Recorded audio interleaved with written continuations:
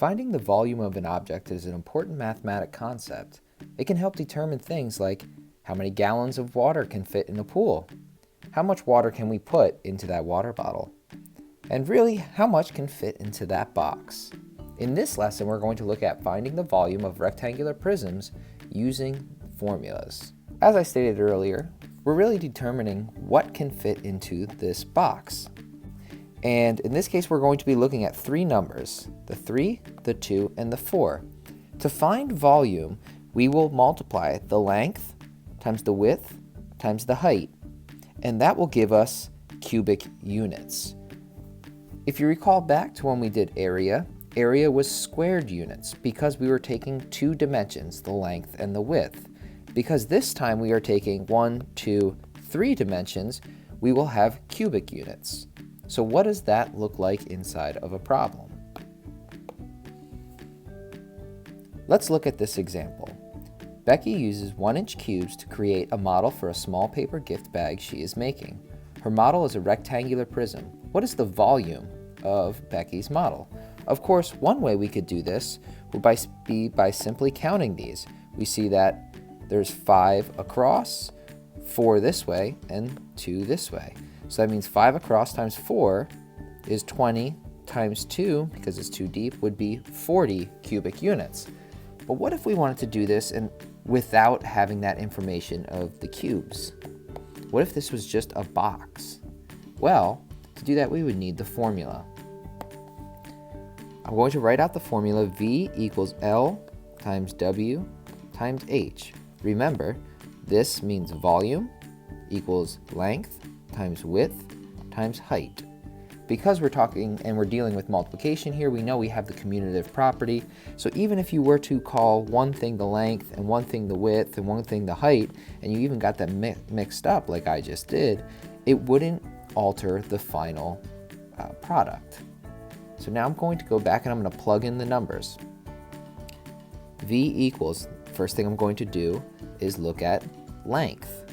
1, 2, 3, 4, 5, and I know this is inches, so I'm going to say this is 5 inches, times the width, which is 2, times the height, which is 4 inches. I'm going to do these problems separately.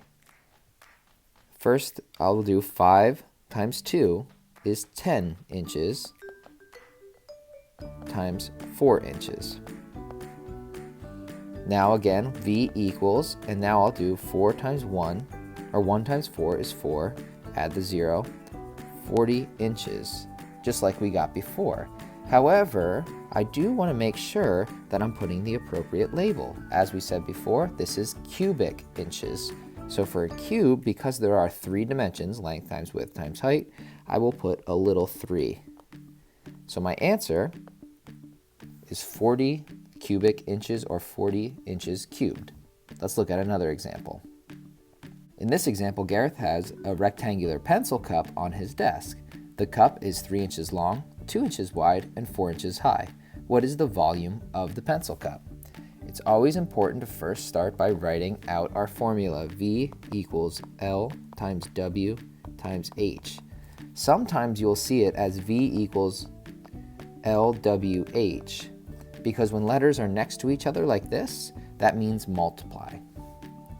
V equals, it is 3 inches long, 3 times 2 inches wide, times 5 inches high. V equals 6, because we're doing that, times 5. V equals, which is volume, equals 30 inches cubed is our answer. Let's look at one more problem. In this problem, we have some bigger numbers. So we have 8, 12, and 8. See if you can figure out how much would fit in that box.